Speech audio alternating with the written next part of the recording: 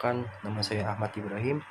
Saya adalah salah satu mahasiswa semester 4 di jurusan Terjemah Fakultas Adab dan Humaniora UIN Syarif Hidayatullah Jakarta. Nah, video kali ini saya buat untuk UTS dari salah satu mata kuliah, yaitu leksikografi.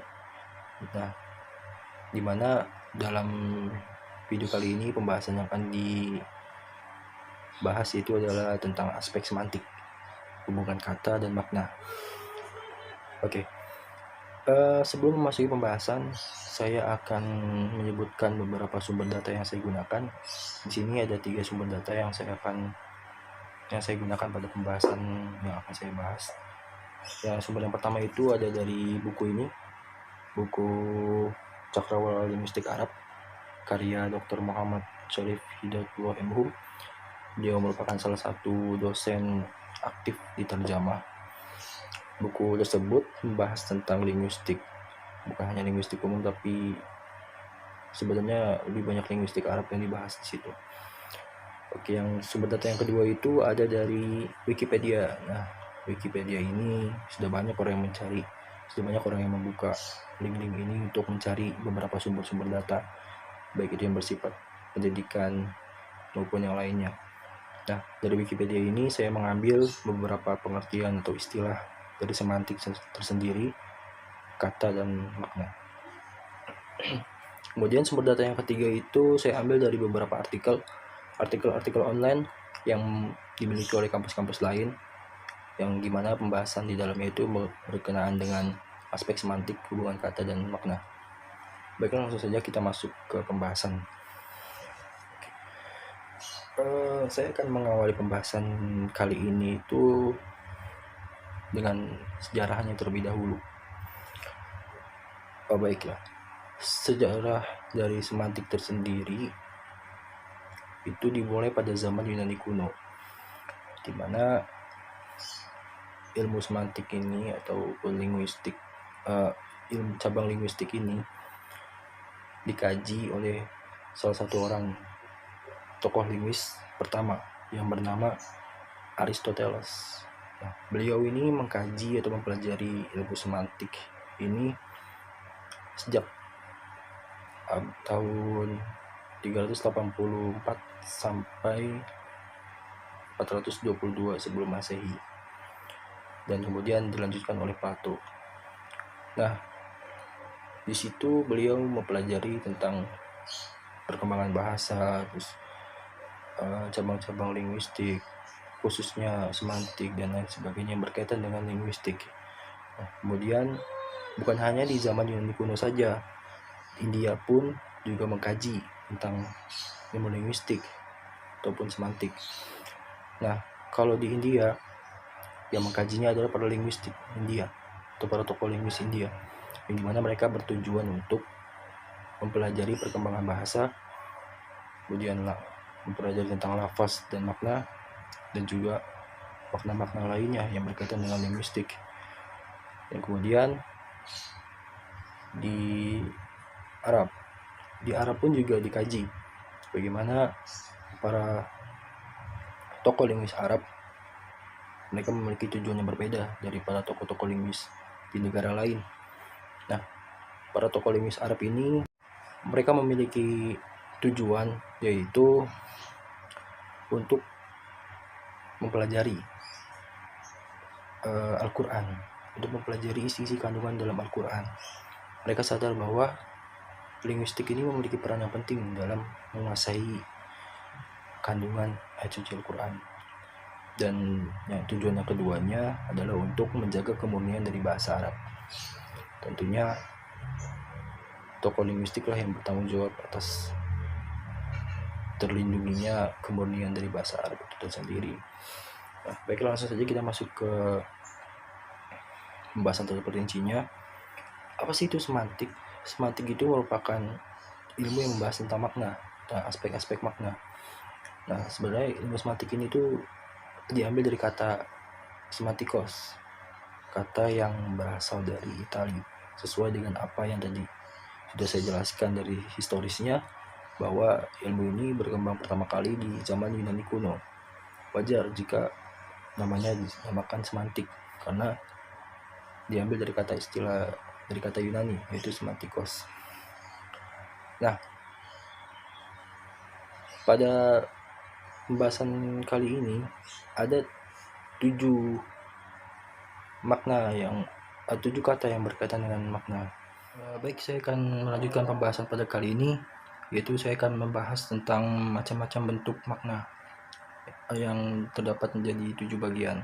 Yang pertama itu ada homonim dan homofon, kedua polisemi, ketiga sinonim, keempat antonim, kelima hipernim dan hiponim, keenam disharmoni, dan ketujuh konotasi. Nah, saya akan membahas satu persatu secara singkat. Homonim dan homofon. Homonim ini adalah kata yang lafal dan bentuknya sama tapi maknanya berbeda. Contohnya, kata bisa. Kata bisa ini memiliki 2 makna. Makna yang pertama ini berupa racun yang terdapat pada ular. Ya, sedangkan makna yang kedua ini kata bisa itu berupa sanggup, mampu, atau menyanggupi, dan lain sebagainya. Nah, sedangkan homofon adalah kata yang lafalnya sama tapi bentuk dan maknanya berbeda. Contoh, sanksi. Sanksi ini bentuknya berbeda. Yang membedakan sanksi ini adalah, jadi sanksi yang menggunakan kata eng itu dia berarti bimbang atau ragu, sedangkan sanksi yang tidak menggunakan kata eng, dia menggunakan kata sanksi, itu berarti tindakan atau hukuman. Nah, itu penjelasan tentang homonim dan homofon. Kemudian yang kedua ada polisemi. Polisemi ini berarti kata yang maknanya lebih dari satu. Contohnya, kata kepala. Kepala ini dia maknanya banyak, bisa berupa salah satu anggota dari tubuh makhluk hidup, baik manusia maupun hewan. Yang kedua bisa berarti pemimpin atau ketua di suatu lembaga atau organisasi dan lain sebagainya. Kemudian juga bermakna sesuatu yang dipentingkan. Nah, kemudian yang ketiga ada sinonim. Sinonim ini kita sudah kenal dengan kata persamaan. Nah, istilahnya adalah 2 kata atau lebih yang maknanya dianggap sama. Contohnya, misalkan dalam bahasa Arab ada kata al-mudaris dengan al-muallim. 2 kata ini memiliki makna yang sama, yaitu sama-sama guru atau pengajar. Kemudian sinonim ini tidak hadir begitu saja, tapi ada beberapa faktor yang membuat terjadinya sinonim. Yang faktor yang pertama itu ada karena pengaruh kosakata yang dipengaruhi oleh bahasa asing. Nah, yang kedua itu ada perbedaan dialek sosial, itu juga ada perbedaan dialek regional dan perbedaan dialek temporal. Nah, itu beberapa faktor yang menyebabkan terjadinya sinonim. Kemudian antonim. Antonim ini sudah kita kenal dengan lawan kata. Nah, secara istilahnya antonim ini berarti 2 kata atau lebih yang maknanya ini berlawanan. Nah, contohnya kata panjang berlawanan dengan pendek, kaya berlawanan dengan miskin. Nah, terus dekat berlawanan dengan jauh. Jadi seperti itu. Nah, antonim ini juga dibagi menjadi 5 bagian. Pertama itu ada antonim mutlak, yang kedua ada antonim bertingkat, yang ketiga ada antonim berlawanan, yang keempat ada antonim garis lurus, dan yang kelima ada antonim garis samping. Kemudian selanjutnya ada hipernim dan hiponim. Hipernim ini adalah kata yang maknanya mencakupi makna yang lain. Nah, contohnya kata transportasi. Transportasi ini mencakupi makna kata yang lain, termasuk terdapat dalam makna kata-kata yang lain. Contohnya mobil, motor, pesawat terbang, perahu, dan lain sebagainya. Nah, kemudian hipernim. Hipernim ini kata yang maknanya termasuk dalam makna kata lain atau ungkapan lain. Contohnya, singa merupakan makna kata hewan. Merah merupakan makna kata warna. Apel merupakan makna kata buah. Nah, seperti itulah contoh hiperlim. Nah, kemudian ada disharmoni.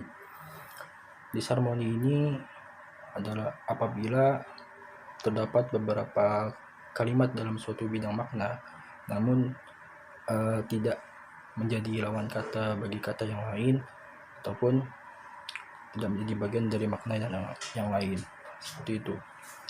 Nah, kemudian ada konotasi.